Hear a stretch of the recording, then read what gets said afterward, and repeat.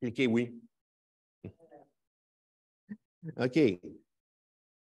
Tout est correct? C'est bon. Je vous invite à tourner votre Bible avec moi dans le livre de Matthieu, chapitre 4.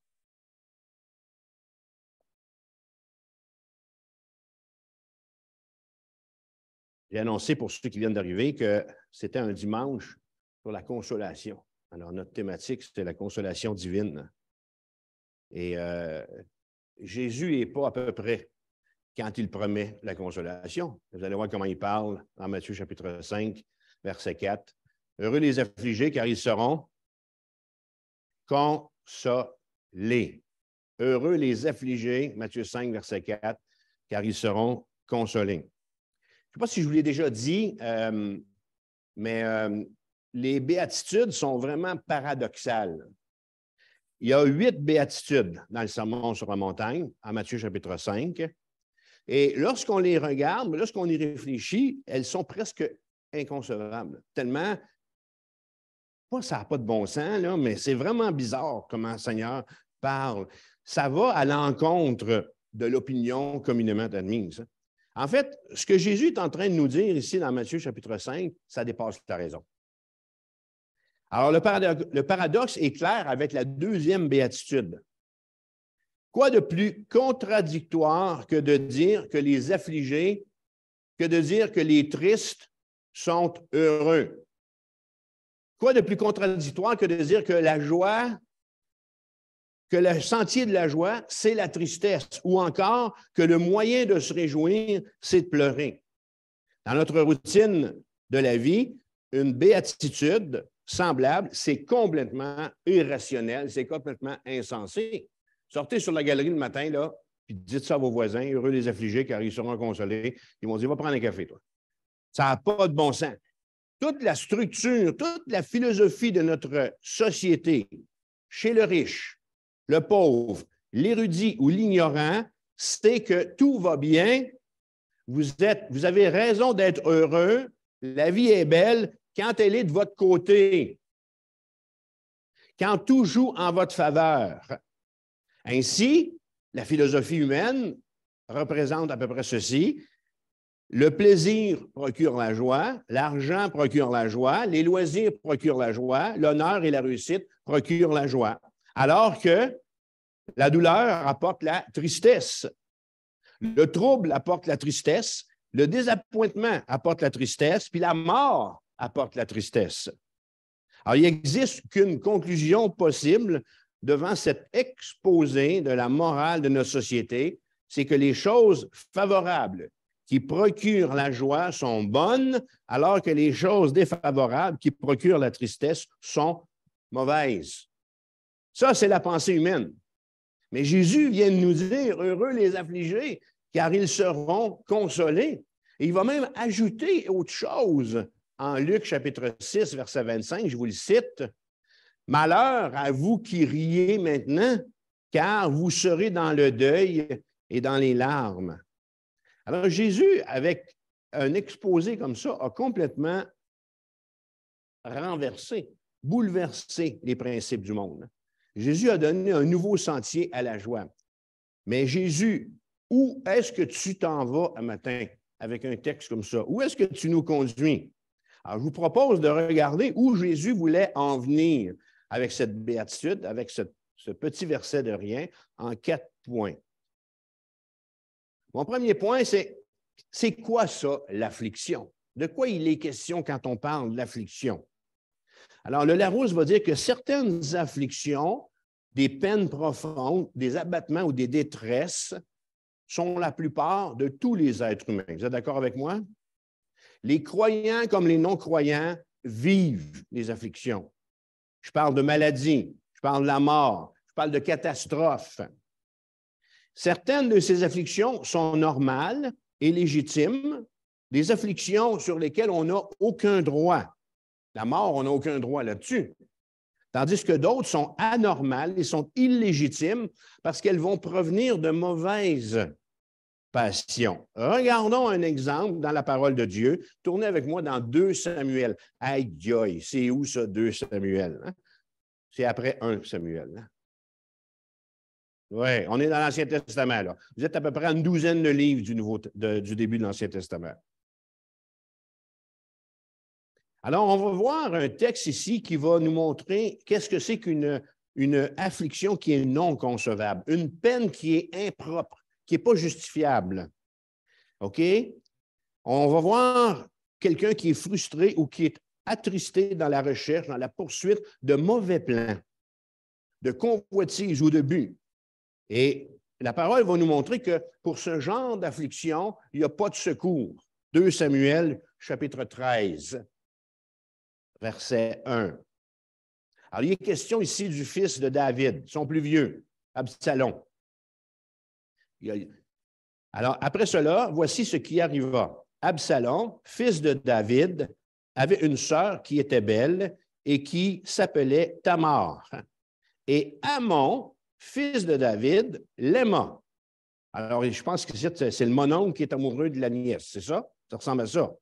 Amon était tourmenté parce qu'Absalom a une belle fille. Alors, Amon est tourmenté jusqu'à se rendre malade à cause de Tamar, sa sœur, car il était vierge et il paraissait difficile à Amon de faire sur elle la moindre tentative. Alors, on est devant une tristesse ici qui est causée par des convoitises incestueuses, inconcevables. Alors, il n'est pas question de ce genre d'affliction-là. C'est un péché ici. D'autres vont porter dans leur cœur une affliction légitime, mais dans un sens extrême. Allez un petit peu plus loin au chapitre 18. Et ça va être tellement démesuré, cette affliction-là, que ça va devenir non concevable. Et il y a beaucoup d'exemples qui viennent de la vie de David. David a expérimenté cet extrême en partie parce qu'il a essayé d'expier sa faute. Alors, il a été pris en flagrant délit de péché. Il va arriver des conséquences difficiles dans sa vie, et là, il va essayer de moyenner, d'être bon garçon, d'essayer de soulager sa culpabilité. Alors, il y a un texte dans 2 Samuel 18 qui rapporte que le rebelle Absalom, son fils, a été assassiné et que David est dans une peine inconsolable. 2 Samuel 18, verset 33. Alors le roi, saisi d'émotion, monta dans la chambre au-dessus de la porte et pleura. Il disait en marchant, « Mon fils Absalom. » Et là, imaginez toutes sortes de jérémiades. « Mon fils Absalom, mon beau Absalom, mon petit Absalom, mon grand Absalom, mon beau Absalom, et ainsi de suite.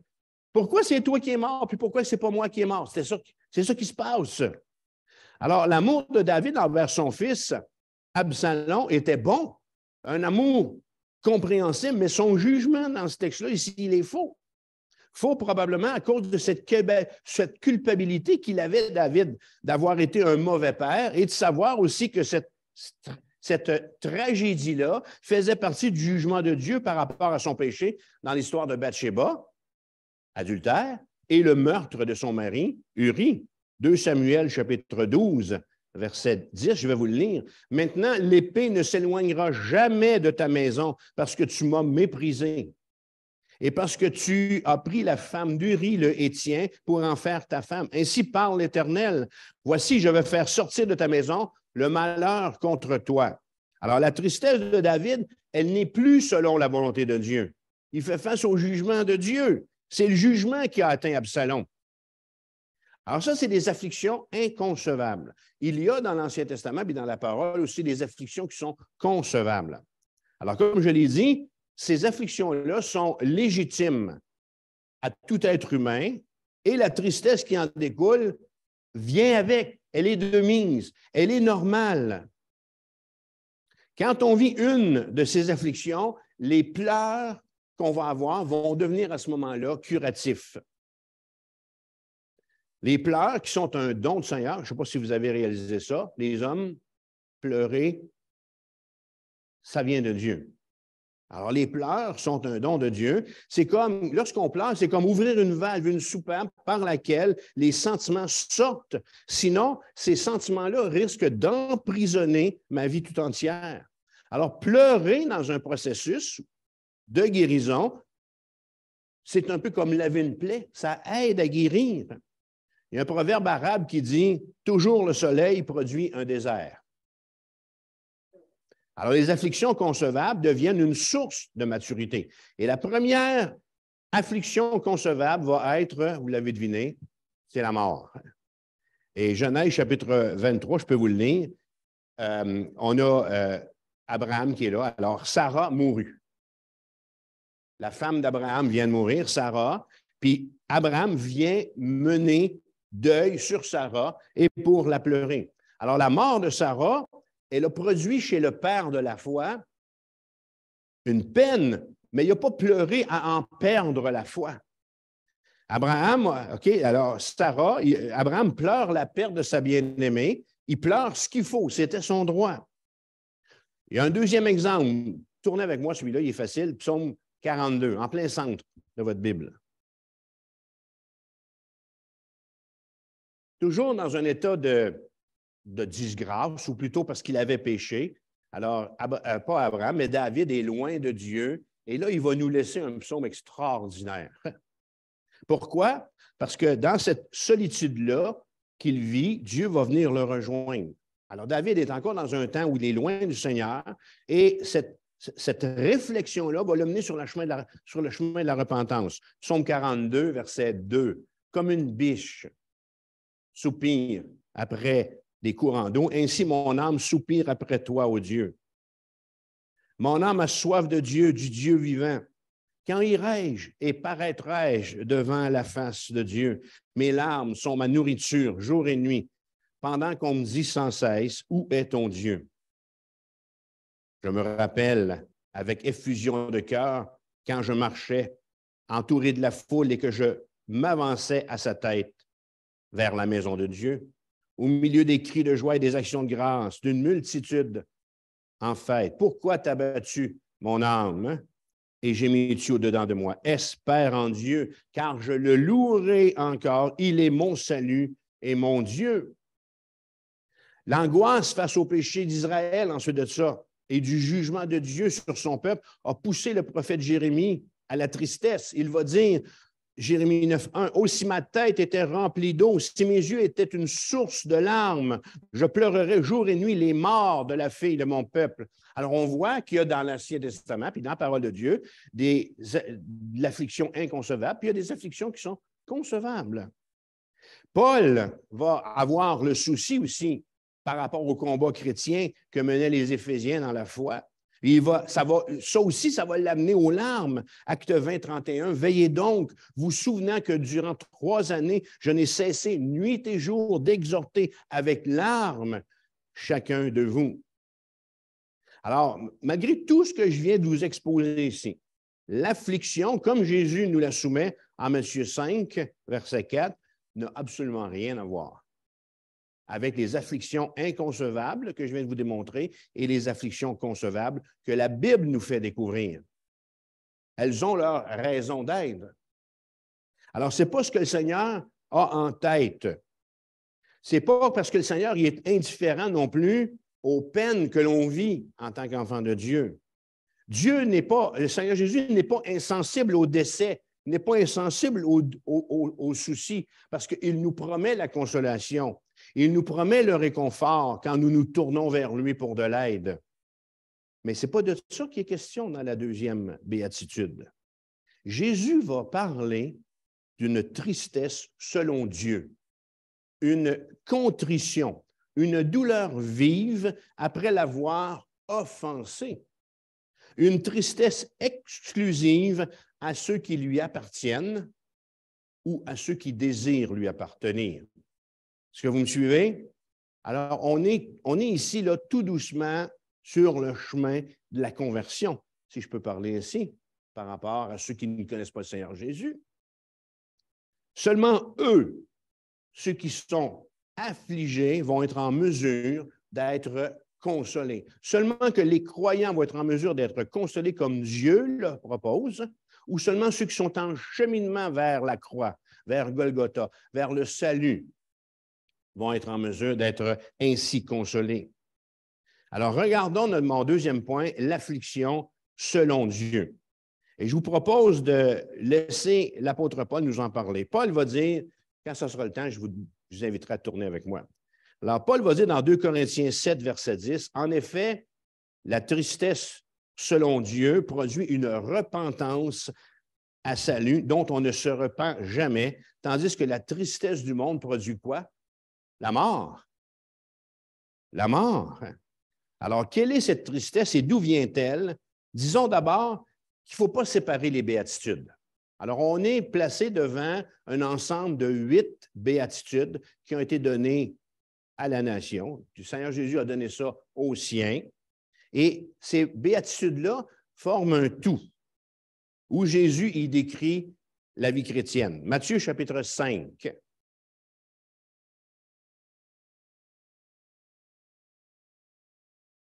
Verset 1. Voyant la foule, Jésus monta sur la montagne, et après qu'il se fut assis, ses disciples s'approchèrent de lui. Puis, ayant ouvert la bouche, il les enseigna et dit, « Heureux les pauvres en esprit, car le royaume des cieux est à eux. » On a étudié cette première béatitude-là lors d'un baptême. Je ne me souviens plus lequel d'entre vous, là, mais on l'a étudié. Verset 4, « Heureux les affligés, car ils seront consolés. » Donc, suite au verset 3, et après avoir découvert notre pauvreté d'esprit, notre pauvreté spirituelle, on est amené à pleurer ici.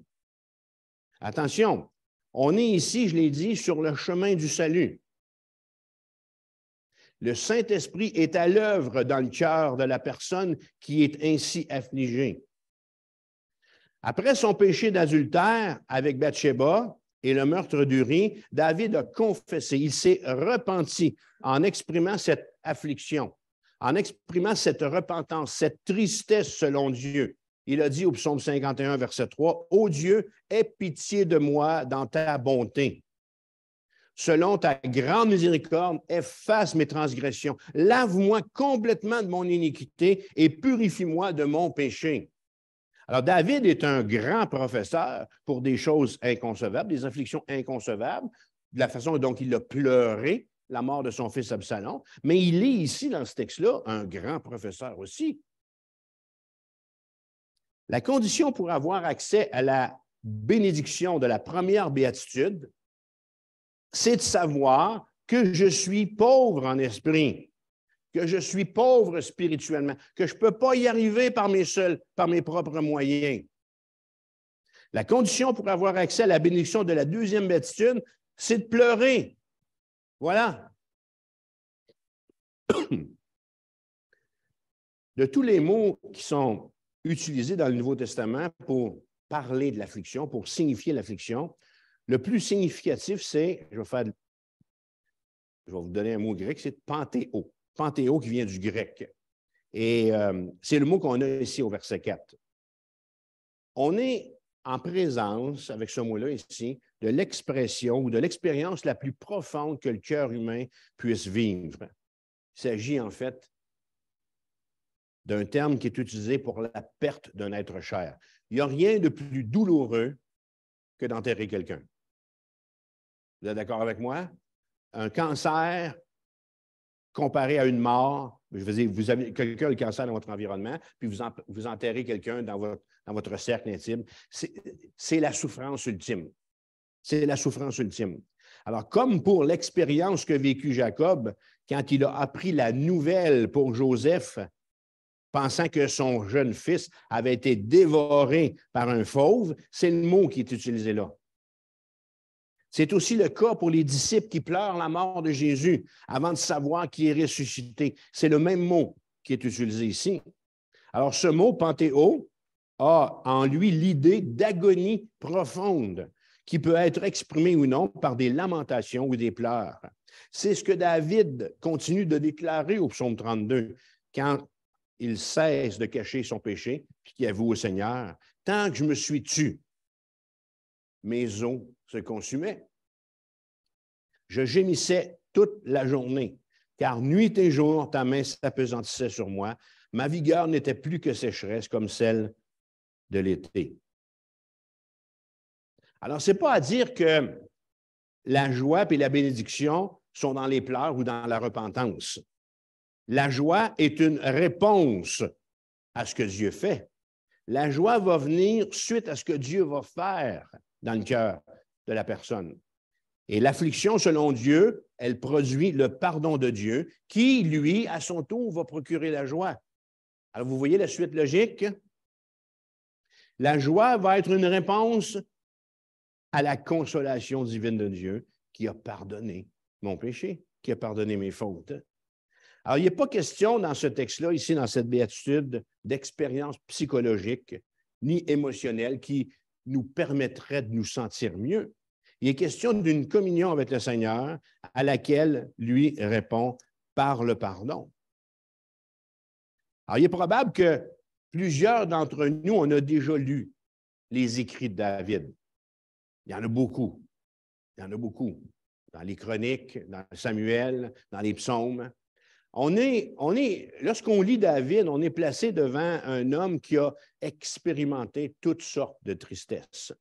Il a expérimenté, je vous l'ai montré, des tristesses convenables et des tristesses non convenables. Il a vécu la solitude, il a vécu le rejet, il a vécu le découragement, il a vécu la perte d'enfants.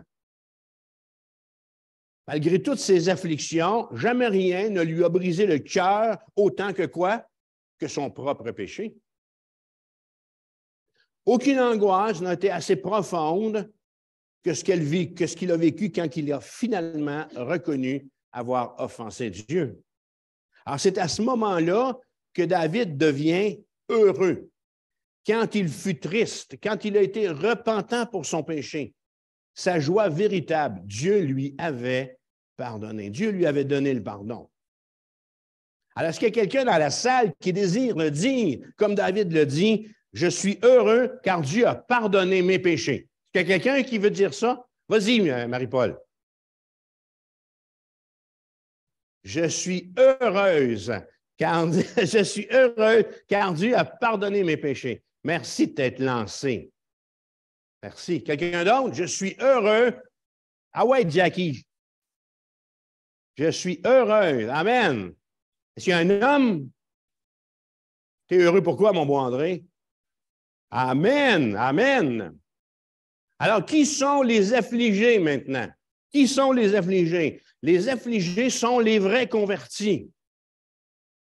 Les affligés, seuls ceux qui pleurent, leurs péchés sont heureux, parce que seuls ceux qui pleurent sont pardonnés. Merci Seigneur pour Hébreu, pas pour Hébreu, mais pour Matthieu 5, verset 4. Merci pour Hébreu aussi, là. C'est un autre sujet. La joie, le péché et la joie ne vont pas ensemble. Est-ce que vous savez ce que je veux dire? Je ne suis pas en train de vous prêcher, puis Jésus n'est pas en train de nous dire « faut que tu aies une face de carême ». Entre moi et vous, je ne sais même pas c'est quoi une face de carême. Hein? Ben, probablement, là, parce qu'on jeûnait, puis on avait l'air triste, je ne sais pas trop quoi. Toutefois, il y a un besoin chez le peuple de Dieu québécois de redécouvrir l'affliction. Maturer dans la foi, grandir dans la foi puis dans la grâce, c'est aussi prendre de plus en plus conscience de son péché. Savez-vous, de toute façon, Jésus est venu à cause du péché. Jésus est mort à cause du péché. On va tantôt le souligner aussi. Jésus est ressuscité à cause du péché. Il faut combattre avec l'aide du Saint-Esprit à cause du péché. Et on pleure en Matthieu 5, verset 4, à cause du péché. Le secret du bonheur n'est pas d'ignorer le péché ou de le pointer du doigt. Le secret du bonheur, c'est de pleurer sur lui et de crier à Dieu. Amen. Le secret du bonheur, selon Matthieu 5, 4, c'est de réaliser, comme le Fils prodigue, que le péché mène à la ruine. Il faut admettre notre condition. Il faut pleurer. Il faut demander au Seigneur de venir au secours de notre pauvreté. Allons voir cette histoire. Luc, chapitre 15.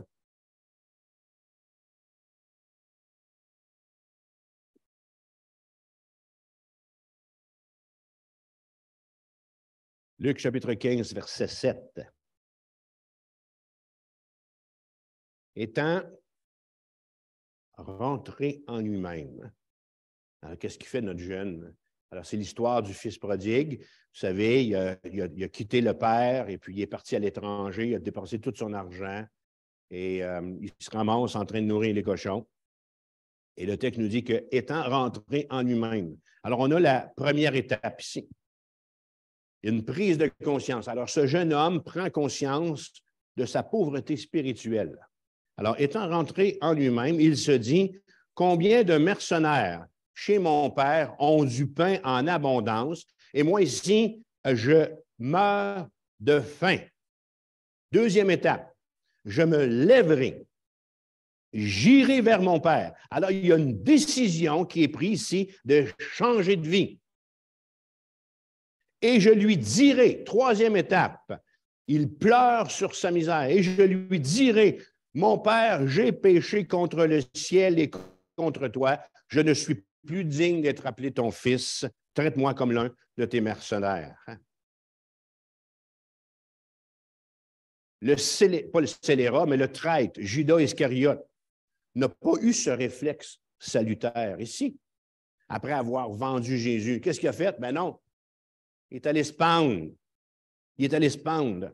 Le pharisien, hein, souvenez-vous du pharisien qui prie dans la synagogue, hein, puis il est-tu heureux, puis es-tu fier, puis es-tu orgueilleux devant Dieu, comparativement aux publicains qui se frappent la poitrine et ainsi de suite. Sans larmes, sans repentance, il n'y a pas eu de sortie possible, ni pour Judas, ni pour le pharisien orgueilleux qui priait à la synagogue. L'affliction, selon Dieu, ce n'est pas le fait de mettre l'accent sur nous ou sur le péché, mais bien plus de mettre toute notre attention sur Dieu, sur lui, parce qu'il est le seul à pouvoir pardonner. Dieu est le seul à pouvoir effacer, à oublier ce qui nous empêche de nous approcher de lui. Savez-vous quand cette attitude commence? Quand j'accepte d'entrer dans le royaume et que j'y demeure pour toujours. Est-ce que je peux vous poser la question suivante? Êtes-vous dans le royaume? Faites-vous partie du royaume de Dieu? Regardons le résultat, troisième point, de l'affliction. Quel va être le résultat, pensez-vous, pour les affligés selon Dieu? Jésus l'a dit, ils seront consolés. D'accord? Alors, c'est là quelle est la bénédiction. Ce n'est pas dans leurs pleurs, ce n'est pas dans leur repentance qu'est la bénédiction, mais c'est dans le réconfort que Dieu va leur donner. Pour qui est la bénédiction heureuse? Elle est exclusive au cœur repentant. Voyons la suite. Luc 15, verset 20. Il se leva. Il est déterminé. Il est vraiment déterminé. OK? Il se leva et alla vers son père. Alors, il fait ici ce qu'il a décidé de faire. Jacques va nous dire, approchez-vous de Dieu et il s'approchera de vous. Alors, il fait ce qu'il a décidé de faire. Il se lève dans son port à cochon. Puis il se rend vers son père. Comme il était encore loin, son père le vit et fut ému de compassion. Il courut se jeter à son cou et le baisa. La consolation a déjà commencé. Quand le père s'est mis à courir vers le fils lui dit, « Mon père, il a préparé son laïus. Mon père, j'ai péché contre le ciel et contre toi. Je ne suis plus digne d'être appelé ton fils. » Alors, il est en train de plaidoyer devant papa pour sa culpabilité. J'ai mal agi. Je suis plus digne d'être appelé ton fils. Mais le père dit à ses serviteurs, et là, moi, j'appelle ça ici la réponse du père, la grâce de la consolation divine ou de la consolation parfaite. Ce n'est pas Dieu, là, c'est le père. Mais la grâce de la consolation parfaite. Le père dit à ses serviteurs, apportez vite la plus belle robe, la plus belle. Non, la plus belle. Et l'en revêtez. Mettez-lui un anneau au doigt, de l'or, et des souliers aux pieds. Amenez le veau gras et tuez-le. Mangeons et réjouissons-nous, car mon fils était mort et il est revenu à la vie. Il était perdu et il est retrouvé. Qu'est-ce qu'a dit Jésus dans Matthieu 5? Ils seront consolés. Consolés par qui? Jésus va dire en Jean 14, 16, je cite, « Et moi, je prierai le Père, et il vous donnera un autre, consolateur. » Il vous donnera un autre consolateur, du grec parakaleo, qui veut dire quelqu'un qui est appelé à côté d'eux, afin qu'il demeure éternellement avec vous. Le texte de Matthieu 5, 4 est tellement riche que je vous offre de le relire encore. Là, maintenant, vous le savez par cœur. Heureux les affligés, car ils seront consolés. Il y a un tout petit mot qui revient. L'avez-vous vu? Tout petit, tout petit, tout petit, tout petit, tout petit, tout petit. OK? En fait, c'est un petit mot qui revient dans les 8 béatitudes. Car, plus petit que ça. Car, un tout petit mot. Il est tellement petit qu'il passe inaperçu. Mais il fait bien son travail. Hein? La conjonction car. Une conjonction dans une phrase, elle est là pour coordonner deux propositions en marquant la valeur de ce qu'elle introduit. Heureux les affligés, car ils seront consolés. Heureux les affligés, parce qu'en conséquence, ils seront consolés. Voyez-vous le jeu de la conjonction, l'ouvrage qu'elle fait? Ils sont heureux parce que leur notion de pauvreté en esprit, leur pauvreté spirituelle, leur pauvreté à se sortir eux-mêmes de leur misère causée par le péché, produit l'affliction selon Dieu. Cette tristesse que le second consolateur prend en charge exclusivement. Ce faisant, ils sont, nous dit la Bible, consolés. Alors, soyons pratiques un peu. Vous allez me dire, oui, mais le texte dit « ils seront consolés ». L'avez-vous remarqué? Heureux les affligés, car ils seront consolés. Ça veut dire, c'est du futur. C'est du futur. Hein? Alors, le temps de verbe est au futur. Alors, comment transposer cela dans la vie chrétienne quotidienne? Alors, cette promesse de bénédiction, elle ne fait pas référence à la fin de la vie chrétienne, ni plus à la fin des temps. Le temps de verbe est bien au futur, mais ce n'est pas ce futur qui est question. Plusieurs des bénédictions que le Seigneur nous a données verront leur accomplissement quand nous le verrons face à face. C'est vrai. Mais la bénédiction de la consolation de Matthieu 5, elle est future seulement dans le sens qu'elle vient après l'obéissance. Voilà. C'est simple. La consolation vient après l'affliction. C'est dans ce sens-là qu'elle est future. Tant que je pleure sur mon péché, tant que j'ai l'attitude qui plaît à Dieu, il me console. Notre Dieu n'est pas le Dieu de la consolation uniquement future. Il est aussi le Dieu de la consolation présente. Amen.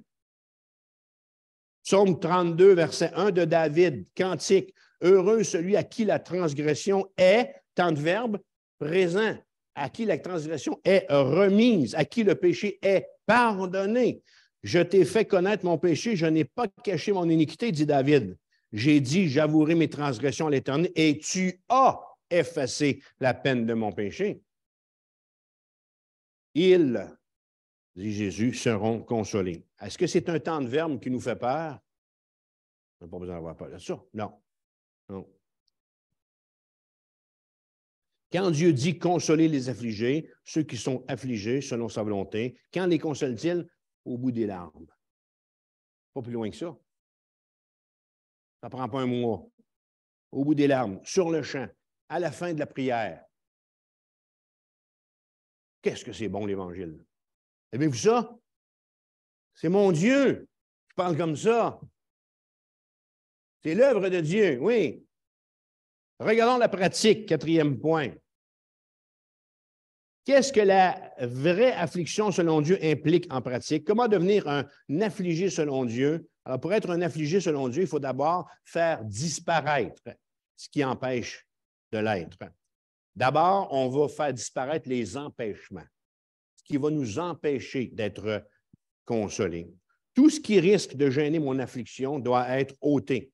Les choses qui me rendent fier de moi-même, les pensées, les paroles qui font de moi injuste à mes propres yeux, tout ce qui obstrue ma vue, tout ce qui m'empêche de saisir la façon dont Dieu, lui, me voit.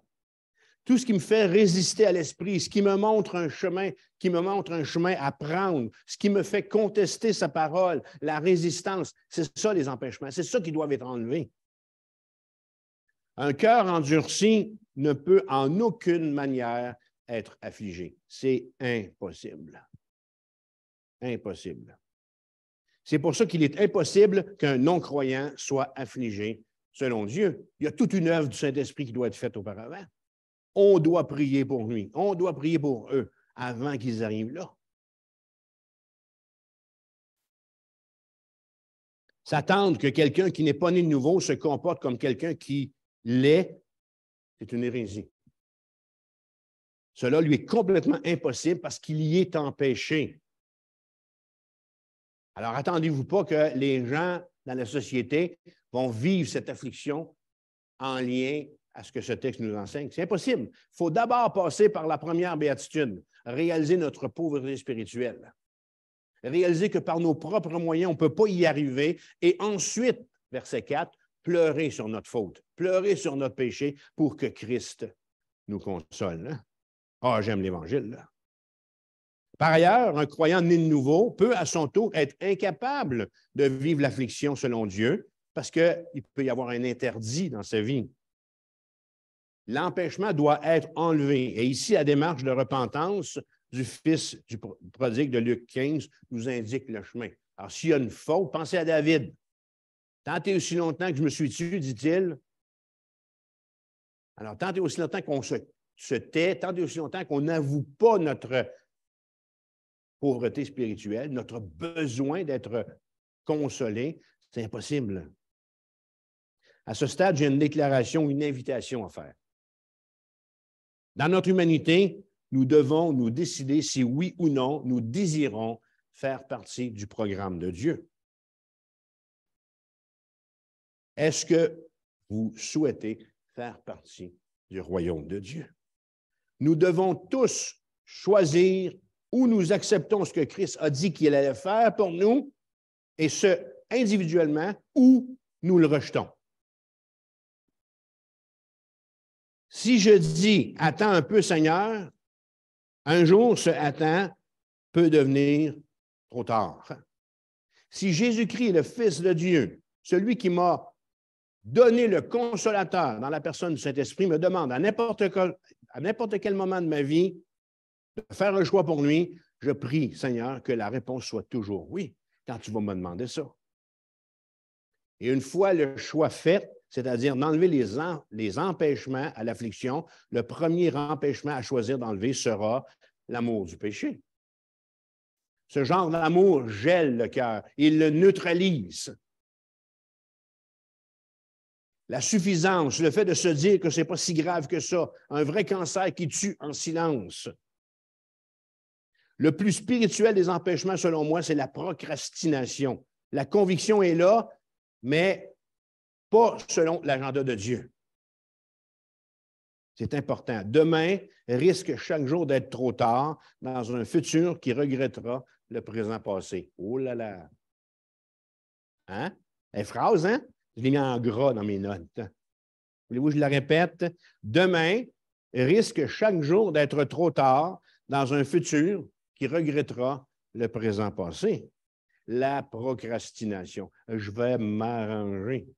Quand je serai rendu là, hein? Vous l'avez déjà entendu, je vais m'arranger avec le bon Dieu. L'avez-vous déjà entendu? Où Jésus, c'est mon chum, puis il n'y a pas de souci. Alors, il n'y a pas de cachette possible. Où que vous soyez caché, votre péché indique au Seigneur l'endroit où vous vous êtes retranché, où vous vous êtes caché. Dieu sait ce qui est dans votre cœur. L'affliction, selon sa volonté, c'est la seule porte de sortie. C'est la seule porte de sortie. Ésaïe 55, verset 6.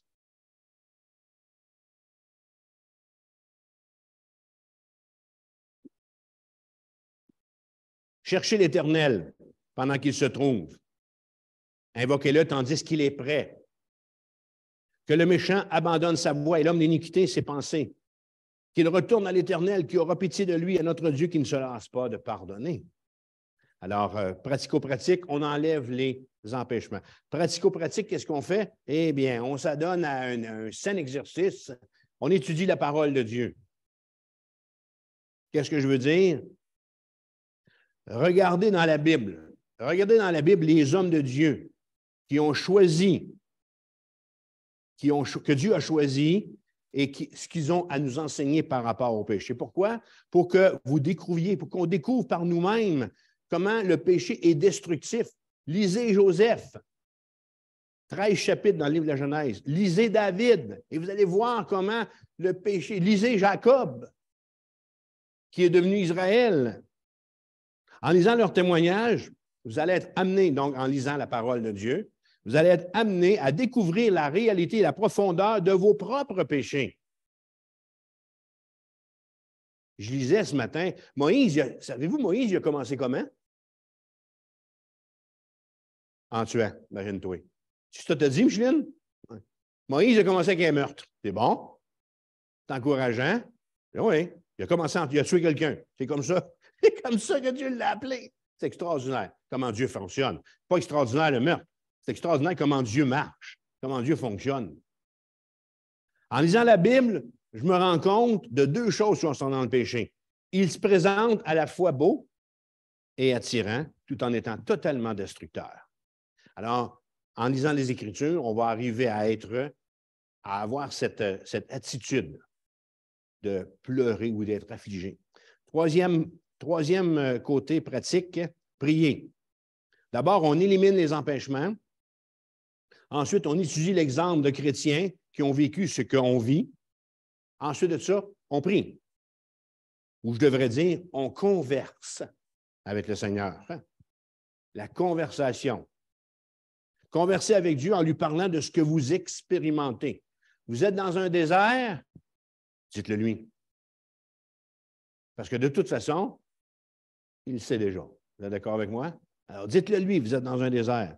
Vous avez mal ou vous allez bien, dites-le lui. Ne négligez pas la conversation avec lui.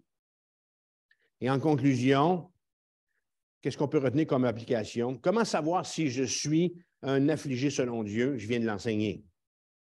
Si vous êtes d'abord sensible à votre péché, s'il n'y a pas d'autosuffisance, s'il n'y a pas de procrastination dans votre démarche, c'est comme ça que vous allez le déterminer. Où est la consolation dans l'affliction? Dans le fait que nous n'avons pas à la porter seule. Christ a promis d'être avec nous tous les jours. Matthieu 28, verset 20. Alors voilà la plus merveilleuse consolation dans l'affliction. Êtes-vous d'accord avec moi? Quand un jeune enfant se blesse, qu'est-ce qu'il fait? Il court vers, il court vers le parent. Alors, je ne dirais pas le papa ou la maman, OK? Il court vers le parent pour être consolé.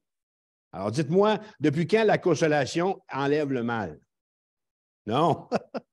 L'amour et la compassion contiennent un baume plus efficace que le peroxyde ou le mercurochrome. Alors, serez-vous d'accord avec moi pour dire, en terminant, quand la foi est forte, les soucis perdent de leur intensité? Amen. Heureux les affligés, car ils seront consolés. J'ai une question pour vous. On s'en va vers le repas du Seigneur et est-ce que vous voyez une consolation? Alors, j'ai dit que notre thématique, c'est la consolation divine. Est-ce que vous voyez une consolation dans les éléments?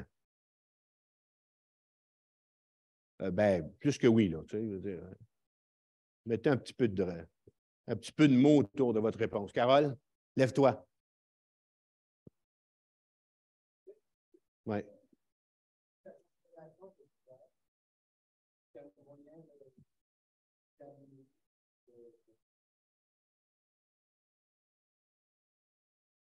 Amen. Alors, Carole partage que ce qu'il voit lorsqu'on prend le repas du Seigneur, la consolation, c'est de s'examiner.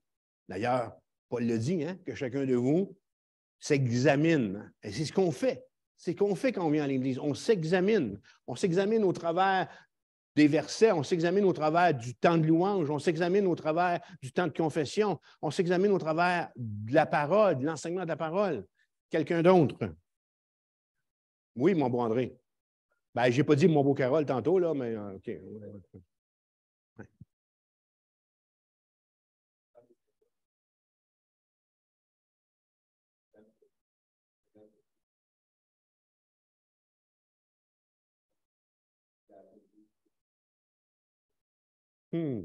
Amen. Oui. Oui. André Lepage cite la parole de « Tout est accompli », puis ce qui le console, c'est que c'est le Seigneur qui l'a fait. Lui, il ne pouvait pas le faire. Il ne pouvait pas y arriver. Merci beaucoup. Autre chose? Ah, Micheline partage que ça enlève la condamnation qui pesait sur tes épaules. Là. Comment c'était pesant, ça? Aïe, aïe, aïe. Hein? C'était pesant. Oui. La croix nous console de cette condamnation qui pesait sur nos épaules. Hein? Autre chose? Peut-être que Dieu vous a consolé dernièrement. Ou comment est-ce que Dieu vous console? Là? Oui, oui, Louise. Pas long, Jackie.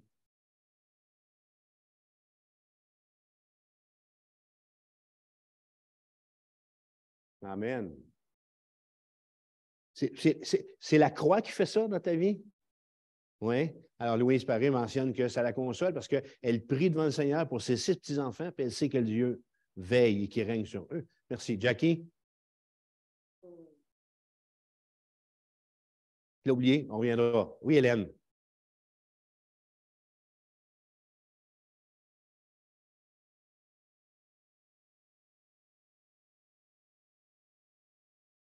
Amen. Alors, une consolation ponctuelle. Faites ceci, Jésus a dit, en mémoire de moi, jusqu'à ce que je revienne puis je la prenne de nouveau avec vous dans l'éternité. Alors, il y a une consolation. Amen. Merci beaucoup. Oui, Marie.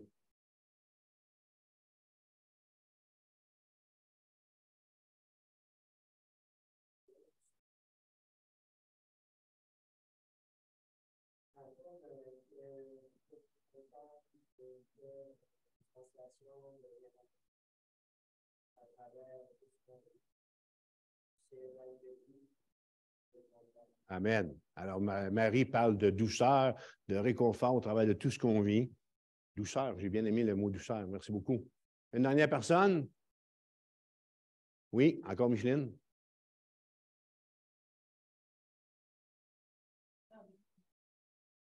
Ah,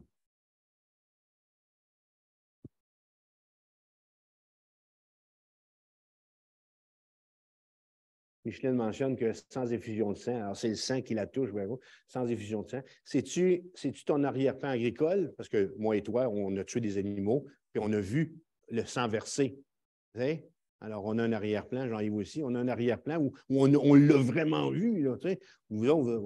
Les autres, hein, on se l'imagine, ou on le voit à la télévision, on a eu les mains dedans, nous autres, sans effusion de sang. L'illustration est peut-être grossière, là, mais elle veut dire ce qu'elle veut dire, sans effusion de sang. Merci beaucoup. Je vais vous inviter à vous lever de vos places et je vais éteindre l'enregistrement ici.